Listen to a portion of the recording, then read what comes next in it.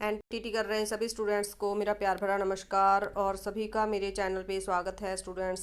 एक नई कोशिश के साथ आपकी स्टडी में हेल्प करने की एक और इम्पॉर्टेंट क्वेश्चन का वीडियो बनाकर आपके सामने हाजिर हुई हूँ स्टूडेंट्स। तो चलिए हम इन क्वेश्चंस को रिपीट करते हैं और उम्मीद है कि आपकी स्टडी में ये क्वेश्चंस भी मेरे हेल्प करेंगे और आपको एग्ज़ाम में आएंगे और एग्ज़ाम में आपकी हेल्प होगी। तो हम पहला क्वेश्चन देख लेते हैं। हमारा पहला क्वेश्चन है, बाल देखभाल केंद्र का बजट बनाने के लिए किन पहलुओं को ध्यान में रखना ज़रूरी है। तो यहाँ पे बाल देखभाल का केंद्र का बजट बनाना है और इनके लिए कौन सी बातें हैं जो हमें ध्यान में रखनी हैं। तो चलिए हम आंसर देख लेते हैं। बजट एक निश्चित अवधि में प्राप्तियों और व्यय का अनुमान होता है और यहाँ पे यह प्रत्याशित प्राप्तियों और प्रस्तावित व्यय का विवरण होता है। ये जो पॉइंट है, लाइन आपको नहीं लिखनी है, आपको आगे लिखना है। विवरण तैयार करने की प्रक्रिया बजट बनाना कहलाती है। तो पहले बजट एक निश्चित अवधि में प्राप्तियों और व्यय का अनुमान होता है और यहाँ पे आगे लिखना है, विवरण तैयार करने की प्रक्रिया बजट बनाना कहलाती है। आपको ये डिफ़िकल्ट लाइन नहीं लिखनी है। आगे देखते हैं बजट बनाने की महत्ता क्या है। तो स्टूडेंट्स, यदि बजट बनाना आपको पता है, आप लिख सकते हो, तो आप अपनी वर्डिंग में भी लिख सकते हो, बस वो लाइनें सही होनी चाहिए। तो यहाँ पे बजट बनाने की महत्ता क्या है। बजट बनाने में अंतर्निहित मूलभूत विचार है यह देखना कि हमें धन की प्राप्ति कहाँ से होगी और धन किस पर व्यय किया जाएगा। धन किस पर व्यय किया जाएगा मतलब खर्च किया जाएगा। बजट बनाने में हमारा विचार और हमें कहाँ से बजट जो है हमारा कहाँ पे कम खर्च होगा और हमारे पैसे बचेंगे और किस चीज़ पर खर्च किया जाएगा। यहाँ पे स्टूडेंट्स, व्यय जो होता है खर्च किया जाएगा। इससे सर्वाधिक महत्वपूर्ण बात यह है कि बजट व्यक्तिगत मदों के लिए व्यय की राशि बांटने में सहायक होता है और यह उन चीज़ों का पता लगाने में भी सहायक होता है जिन चीज़ों पर धन खर्च किया जाना है और यह भी दर्शाता है कि उन पर कितना धन खर्च किया जाए। पर मुख्यतः बजट योजना बनाने का एक उपयोगी साधन है क्योंकि इससे यह पता चलता है कि किन मदों पर आवश्यकता से अधिक धन खर्च हो रहा है और ज़रूरत के आधार पर किस क्षेत्र में ज़्यादा धन व्यय किया जाना चाहिए। तो यहाँ पे आपकी चीज़ों के बारे में खर्च लिखा है और कहाँ से हमें बचत होगी, कहाँ पे खर्च होगा और कौन सी चीज़ों के लिए हमें बजट बनाना है और कितना खर्च करना है, ये सभी बातें लिखी हुई हैं। तो अगला पॉइंट है, बजट तथा लेखा विवरण में अंतर क्या है। बजट तथा लेखा विवरण देख लेते हैं। लेखा मतलब लेखा जोखा, किसी भी चीज़ का हिसाब किताब। स्टूडेंट्स, बजट तथा हिसाब किताब विवरण में अंतर। लेखा विवरण पैसा व्यय करने के बाद बनाया जाता है। तो देखिए यहाँ पे हमें बताया है कि जो लेखा जोखा है हम सभी अपने अपने घरों में, अपने अपने व्यवसाय में, दुकान में करते हैं। पहले हम काम करते हैं और उस पे बाद में हम लेखा जोखा उसका हिसाब किताब करते हैं।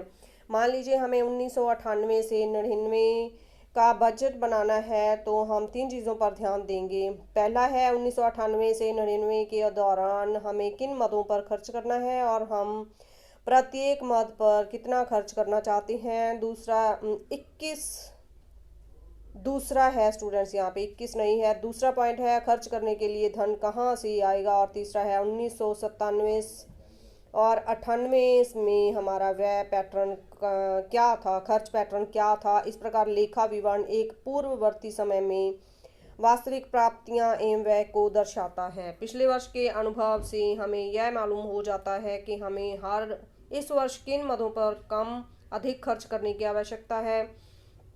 बजट बनाने से हम यह भी जान जाते हैं कि प्रत्येक मुद्दे पर यथार्थ रूप से न केवल अनुमान कितना व्यय करना होगा, कितना खर्च करना होगा, साथ ही साथ यह भी पता चलता है कि किन मदों पर खर्च करना है। यदि हमारे पास धन की कमी है और ज़रूरतें ज़्यादा हैं तो ऐसे में हमको ऋण, शुल्क इत्यादि के रूप में धनराशि प्राप्त कर लेनी होगी। तो इसमें इस पॉइंट में लिखा है कि कौन से समय पे हमें कितना खर्च किया था और कौन से समय पे हमें कितना खर्च करना है, कौन से साल में हमें कितनी बचत हुई थी और कौन से जो हमारा साल है हमारी प्राप्तियां थी और किन मदों पर ज़्यादा खर्च होगा और किन मदों पर कम खर्च होगा और कहाँ पर हमारे पास पैसा पूरा है और कहाँ पर हमें निःशुल्क जो है ऋण लेना होगा, हमें जैसे कर्ज लेना होगा। तो प्राप्तियां और उनका स्वरूप देख लेते हैं, कौन सी प्राप्तियां थी और वो प्राप्तियां हमारे पास क्या रूप लेकर आई थी। देखिए, प्राप्तियां और उनका स्वरूप संगठन के अनुसार भिन्न भिन्न होता है। बाल देखभाल केंद्र जैसी एजेंसी प्रमुख रूप से बाहरी स्रोतों से मिलने वाले फंडों की प्राप्तियों पर निर्भर करती है। इस प्रकार बाल देखभाल केंद्र का बजट बनाते समय यह ध्यान रखना चाहिए कि केंद्र के लिए धन प्राप्ति के मुख्य दो ही स्रोत हैं: दाता एजेंसियों से अनुरोध करना और अभिभावकों से शुल्क बढ़ाने का अनुरोध करना। चूंकि बाल देखभाल केंद्र लाभ अर्जित करने वाली संस्था नहीं है, अतः वह राजस्व का सृजन समय नहीं कर सकती, इसलिए बजट बनाते समय प्रमुख ध्यान देने योग्य बातें हैं और यह पता लगाना है कि किन शीर्षों के अंतर्गत व्यय करना है और प्रत्येक शीर्ष पर कितना कितना व्यय करना है। तो ये सब पॉइंट में हमें लिखा है कि बाल देखभाल केंद्र में जो खर्च है वो कौन कौन सी कंपनियों से हम अनुरोध करेंगे, हेल्प मांगेंगे। और यहाँ पे हमें बताया गया है कि बाल देखभाल केंद्र में देखिए यहाँ पे एजेंसियों से अनुरोध करना है कि अभिभावकों से शुल्क बढ़ाने का अनुरोध करना है। तो क्योंकि बाल देखभाल केंद्र जो है लाभ अर्जित करने वाली संस्था नहीं है, यहाँ पे लाभ प्राप्त नहीं होता है, बल्कि खर्च करना भी हम दूसरों पर निर्धारित होते हैं और दूसरों से हेल्प लेकर के बाल देखभाल केंद्र की जो हमें सिर्जना है वो करनी है और दूसरी जो संस्थाएं हैं वो इनमें हेल्प करनी है और उनसे हेल्प लेने का अनुरोध करना है यहाँ पे। तो आगे हमारा पॉइंट है स्टूडेंट्स पे, अगला क्वेश्चन है हमारा, स्वास्थ्य पोषण व शाला पूर्व शिक्षा संबंधी कुछ महत्वपूर्ण संदेशों की सूची बनाइए।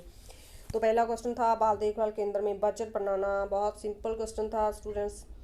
तो अगला क्वेश्चन है स्वास्थ्य पोषण व शाला पूर्व शिक्षा संबंधी महत्वपूर्ण संदेश।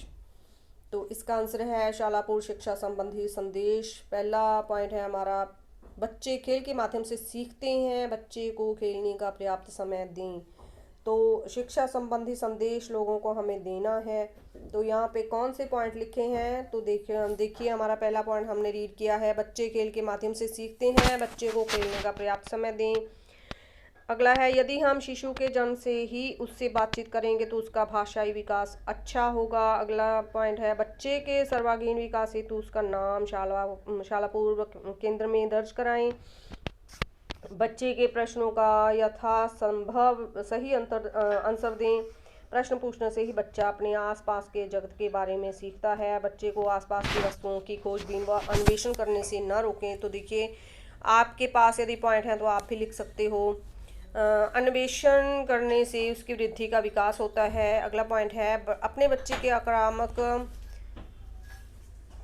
व्यवहार बदलने के लिए पहले अपने व्यवहार को ठीक करें। यदि अभिभावक अपने क्रोध पर संयम नहीं रखते हैं तो बच्चे भी संयम नहीं रखेंगे। अपने बच्चे का आज ही शाला पूर्व केंद्र में नाम दर्ज कराएं। शाला पूर्व केंद्र जाने वाला बच्चा स्कूल में अच्छा निष्पादन करता है। बच्चों को विभिन्न प्रकार के अनुभव प्रदान करें, इससे बच्चे का सर्वांगीण विकास होगा। बच्चे प्रातिरोधिक और प्रेरक वातावरण में ही सीखते हैं। क्या आप अपने बच्चों को ऐसा वातावरण दे रहे हैं? बच्चे को अनुशासित करने हेतु शारीरिक दंड ना दें, इससे केवल नुकसान ही होता है। बच्चे के लिए खिलौने का महत्व इस बात में नहीं है कि उसकी क्या कीमत है, आसानी से मिलने वाली वह कम मूल्य की सामग्री से बच्चों के लिए खेल सामग्री बनाएं। तो इसमें बच्चों को सिखाने के लिए संदेश देना है, कैसे बच्चे सीखते हैं और हमारा बर्ताव बच्चों के लिए कैसा होना चाहिए, ये सब बातें लिखी हुई हैं। तो यहाँ पे बच्चों को पोषण देने के बारे में संदेश देना है कि बच्चों का पोषण कैसा होना चाहिए। पहला है, बच्चों को ऊर्जा, प्रोटीन, लौह तत्व व विटामिन सी की प्रचुरता वाले पूरक पोषाहार दें। दूसरा पॉइंट है, प्रत्येक भोजन में तीनों खाद्य वर्गों से खाद्य पदार्थ सम्मिलित करें। 4 माह के बाद पूरक पोषाहार शुरू कर दें, अन्यथा बच्चे की उचित वृद्धि नहीं होगी। बच्चे को जब तक संभव हो अपना दूध पिलाएं। स्तनपान बच्चे के लिए सबसे उपयुक्त होता है। गर्भवती व स्तनपान कराने वाली महिलाओं को अतिरिक्त भोजन दें। बच्चे का नियमित रूप से वजन कराएं तथा इसे वृद्धि चार्ट पर दर्ज करें। वृद्धि चार्ट यह दर्शाएगा कि हमारे बच्चे की वृद्धि सामान्य है या नहीं। अंधेपन को रोकने हेतु क्या आपने बच्चे को विटामिन ए की खुराक दी है?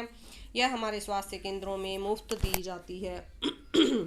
मुख्य भोजन से एकदम पहले अल्पाहार ना दें, इससे बच्चे की भूख कम हो जाएगी और पोषक तत्वों की कमी हो जाएगी। स्वास्थ्य केंद्रों में गर्भवती महिलाओं को मुफ्त लौह तत्व व फॉलिक एसिड की गोलियां जो हैं वो मिलती हैं। स्वास्थ्य केंद्रों में आज ही स्वास्थ्य केंद्रों से संपर्क करें।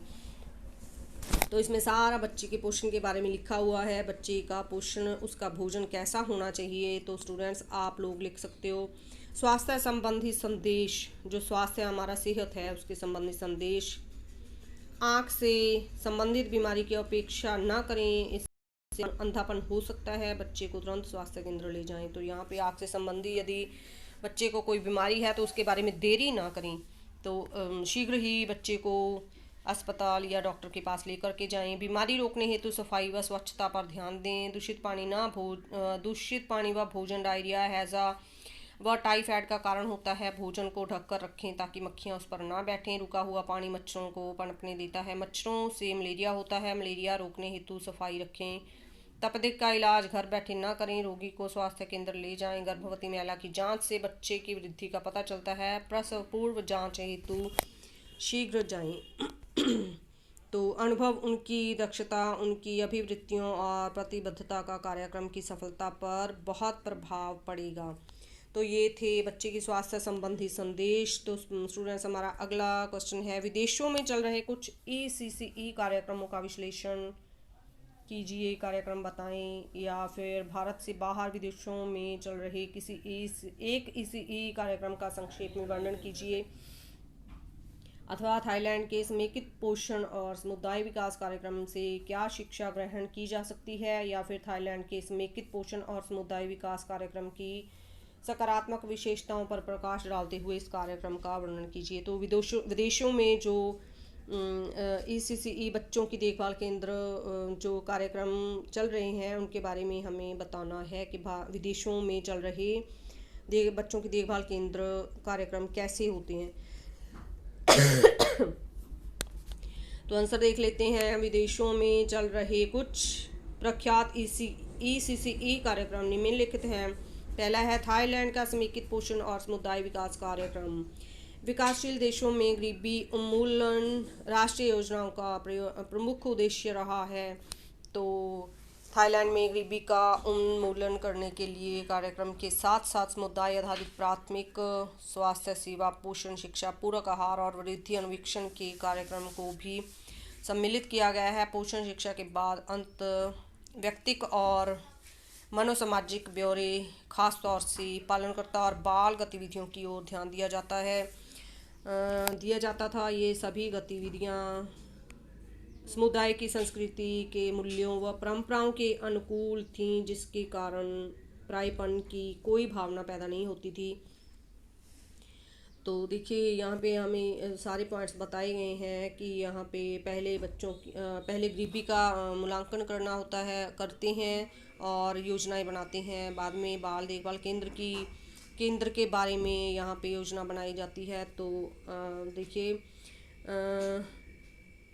यहाँ पे थाईलैंड में गरीबी का उन्मूलन करने के एक कार्यक्रम के साथ साथ समुदाय आधारित प्राथमिक स्वास्थ्य सेवा, पोषण, शिक्षा, पूरक आहार और वृद्धि अन्वेषण के कार्यक्रम को भी सम्मिलित किया गया था। तो उसके बारे में योजना बनाई जाती है।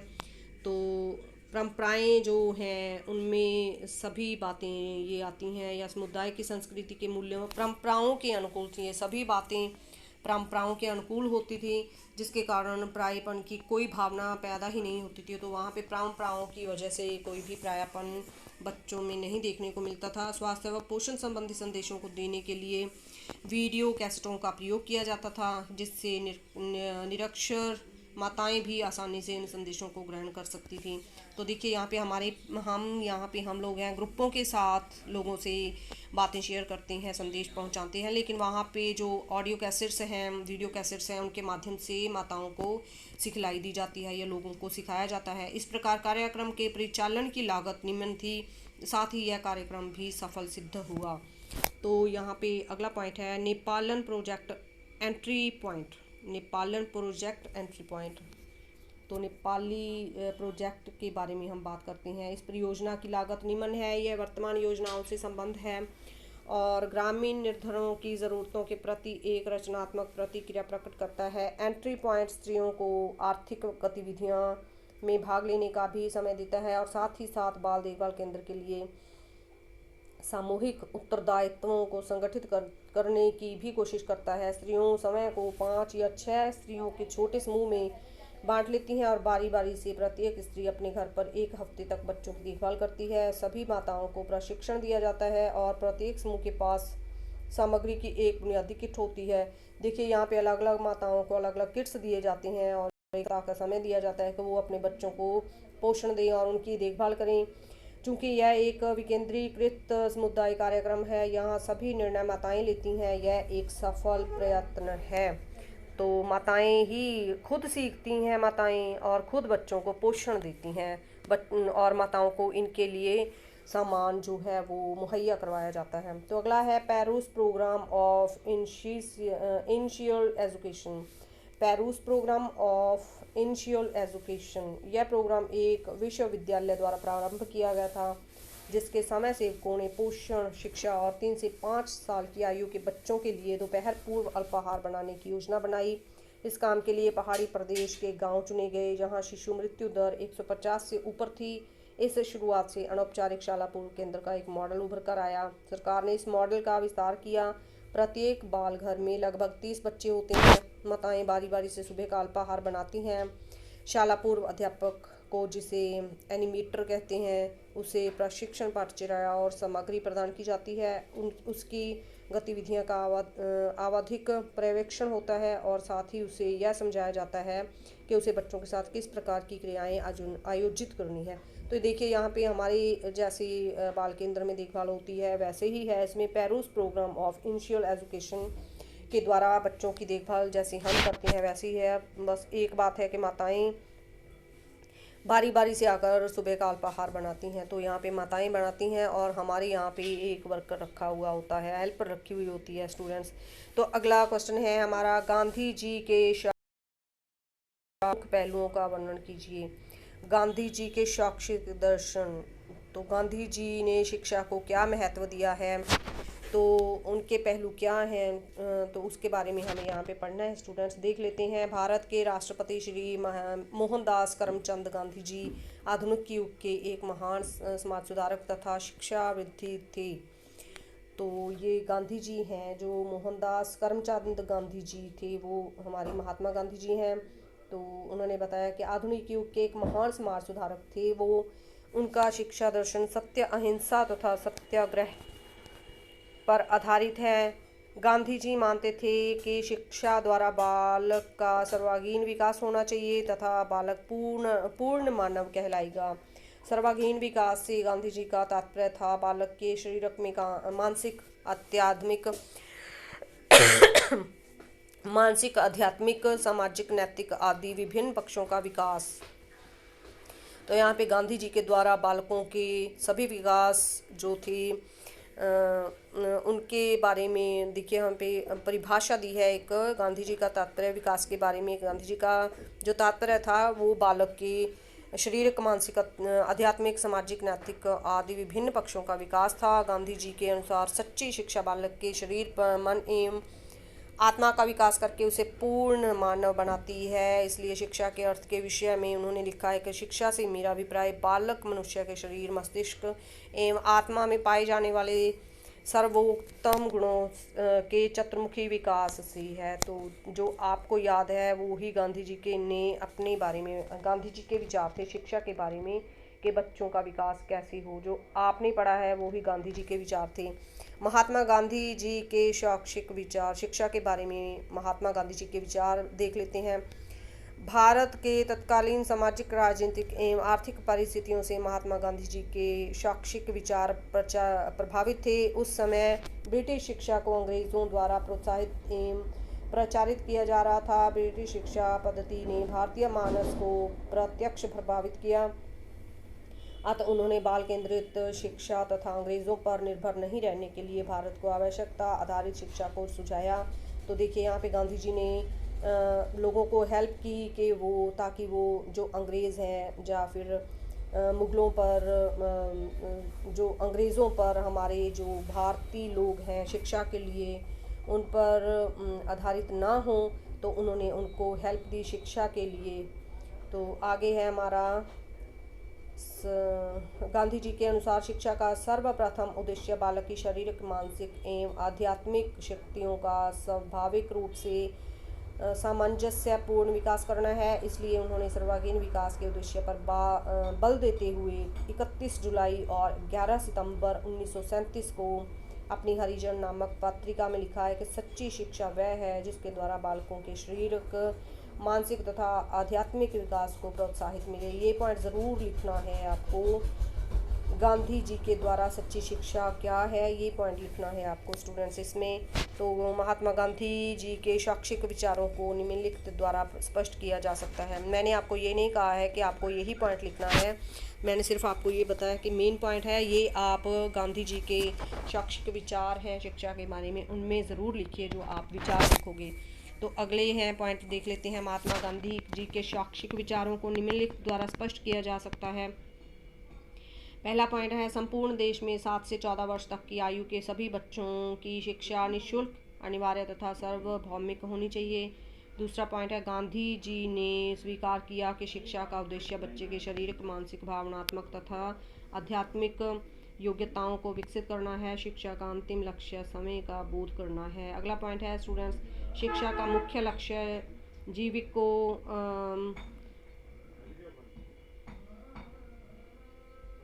जीविकापार्जन भी है।